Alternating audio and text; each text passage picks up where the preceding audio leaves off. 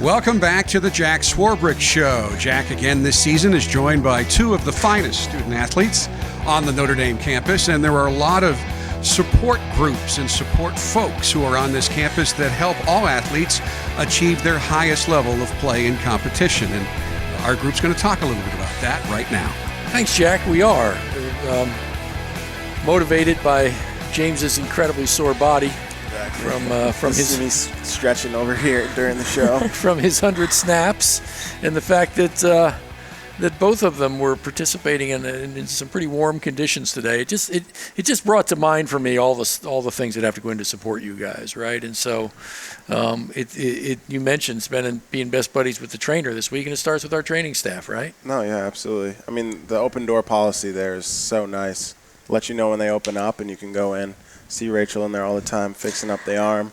I haven't graduated from rehab since I've been here, so just cleaning stuff up. But yeah, I mean, spending time in there's always somebody, no matter if there's a guy on lunch or not, but you can spend as much time, no matter how little the thing is. They just want to clean it up so that you can be performing at the top of your ability and the best of your ability. So And part of that involves trying to make sure we've got the best medical science available, the best techniques, the best equipment, and it's every year it seems to be we're adding some element of that. A few years ago it was cold plunge, which I know you spend a lot of time in. Yeah.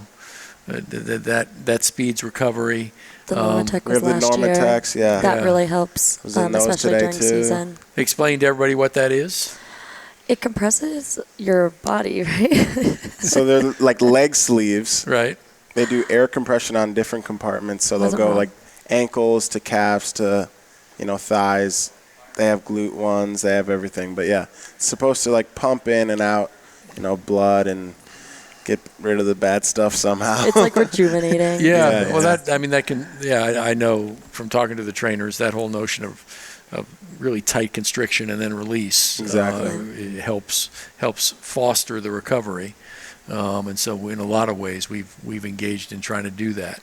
Now, did you guys test on the Dhari system? I did. Have you done that? I'm not sure. All the cameras around you. Yeah, we did do that. We haven't really gotten the results back. Did you guys do it sooner? Probably. We did it, yeah. We did it before the season. I don't know exactly what results we're supposed to be getting back. I think they're supposed to be able to have that as a baseline. Right. And then if, I hurt my shoulder or whatever, I go back and do it, and we see how my movement has changed and adapted due to that injury. I don't know, though. Yeah, we were told we were using it to figure out what our weak links were, and then from there build with like our strength coach, and if there's extra stuff we have to do. Yeah.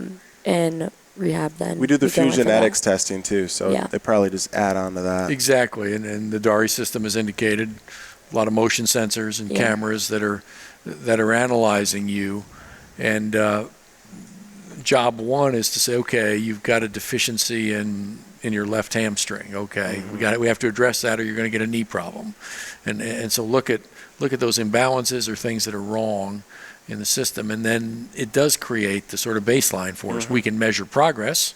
Yep. Are you getting stronger? Are you getting better? But also, in the case of an injury, you're absolutely right.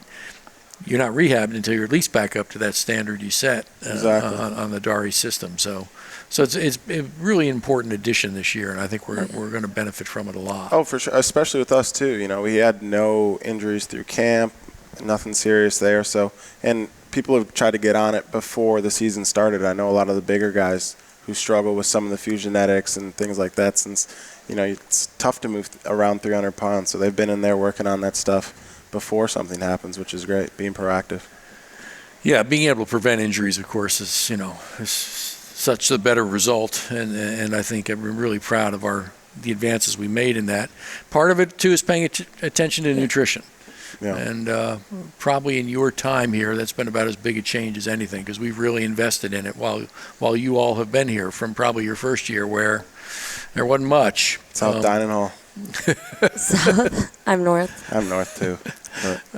To a system now where when you travel and when you're here, there's a lot of attention paid to what you're consuming. No, yeah. I mean, the nutritionists help a ton, especially with the packed schedules, Yeah. You're getting 30 minutes to eat between this or that, and they teach you and help you manage all of that. And especially for me, switching positions, coming from receiver where I could be 180 to now having to play linebacker.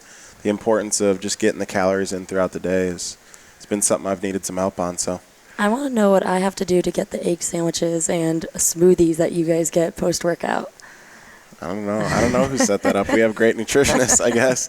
They set us up. You have to talk to Dwayne. I missed the egg sandwiches, but I've seen the smoothies, certainly. The egg sandwiches I saw him in the good. training room the other day eating one. I was like, you didn't get one for me. Yeah, right when they come in off the field, the smoothies are Exactly. lined They're up there. all lined This is up. not happening with the softball team? No, we do get snack bags, though, when we go to travel.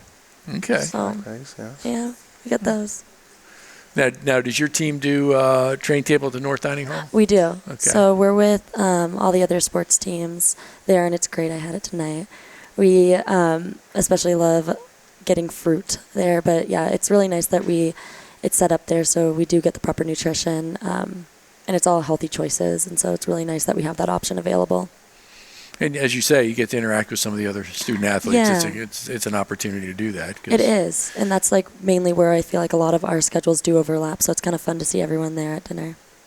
We don't get to see We miss football out on guys, that. though. Yeah, you guys do miss that. Coaches, we have practice until usually about 7:30. So getting in there and eating. Guys used to have to finish practice, get over to the dining hall, and then get over to another location for study hall, tables. yeah. So it was difficult. Now Coach kind of focused everything there so we can maximize our time. Just go upstairs, eat, come downstairs, training table, and give some guys some time to relax and get some extra work done if needed. Well, it's much more efficient. I mean, one of the things, last year when we were focused on trying to understand the issue of time demands a little better, and we talked to a lot of you, one of the things we heard over and over again from our student athletes was, you got to get rid of the lost 30 minutes. Yeah. Right? Those inconvenient times where you can't get anything done, but It's everywhere. Yeah, in you your need schedule. it. And if and football's a great example where Brian looked at that and said, okay, we're gonna film, meeting, practice, meal, study table, boom, it's all right Done. together. Exactly. Yeah, and don't try to eliminate those inefficiencies. We tried to alter our schedule a little bit this year as well. So twice a week on Tuesdays and Thursdays, we lift, and rather than having practice in the afternoon, we go straight to practice, and we're done by 10:30 in the morning. That works. So it's exhausting. It is exhausting. Then you have 'cause the it's rest of the straight day 4 to hours. sleep, though. Well, you got class too. Oh, yeah, class, too. that thing.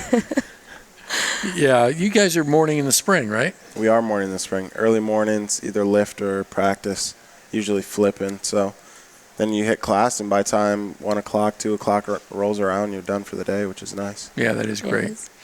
We've talked about some of the hard sciences here, the nutrition and medical services, strength and conditioning.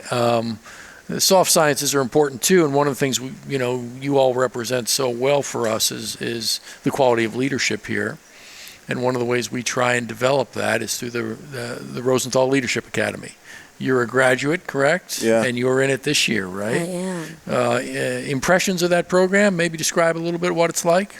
I liked it a lot. I spent last year in it, and this year I'm graduating in December, so I'm not a part of it. But it allows you to, learn from other teams. You have so many different experiences that, getting together with some other leaders from other teams, you can really pull and see what they're doing with their team that's working and, may not be working, or what struggles they're having that you may have had in the past, So it really helps, just passing on some knowledge, as well as getting to know some other athletes and spending some time, especially for football, we don't get to be at training table with all the other athletes. So spending some time with people, and, again, talking about what's going on a daily basis is fun.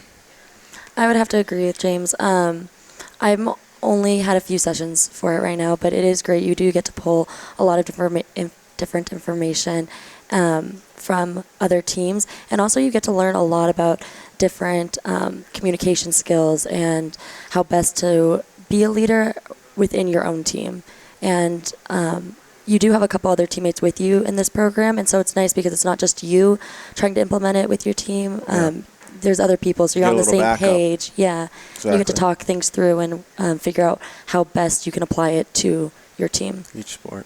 Yeah, I do think that's one of the great byproducts of it, that to get the perspective of someone on a different team who's had a different experience about how they dealt with stuff is really helpful.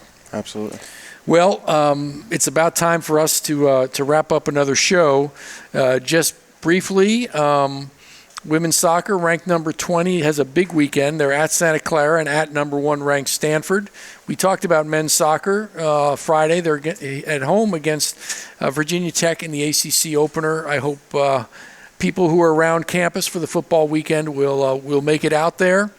And of course, a big football game at which we will we'll give the Stanley Cup a tour of the stadium and celebrate the great accomplishments of a couple of our recent grads. So, big weekend ahead. Thanks to both of you for helping me out with another show. We'll see you next week, and go Irish. Go Irish.